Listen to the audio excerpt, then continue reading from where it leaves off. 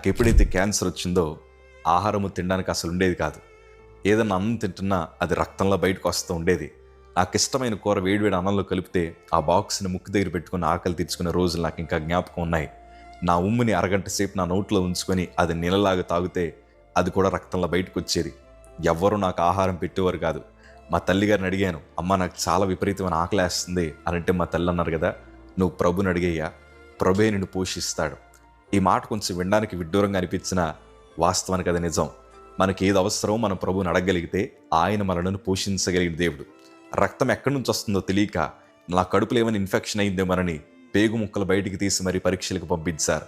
అసలు ఎవరికీ అర్థం కాలేదు. కానీ నేను అంటాను, ఆయన ఏ సమయాన్ని పోషించాలనుకున్నాడో ఖచ్చితంగా సమయానికి పోషిస్తాడు. కంగారు పడాల్సిన అవసరం లేదు. మనం ప్రభు వైపు ఎదురు చూస్తే చాలు, దేవుని సందులో విజ్ఞాపన చేస్తే చాలు.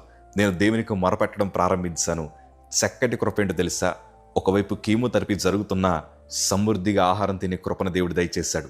నా రక్తపు వాంతులను ఆపాడు. అప్పుడు నాకు అర్థమైంది ఏంటంటే, ఆయన మనల్ని పోషించాలనుకుంటే ఎలాగైనా పోషించగలిగిన దేవుడు. ఈరోజు సమృద్ధితో దేవుడు మమ్మల్ని నింపాడు. అదే సమృద్ధి మీ అందరికీ నా ప్రభు దయచేయబోతున్నారు.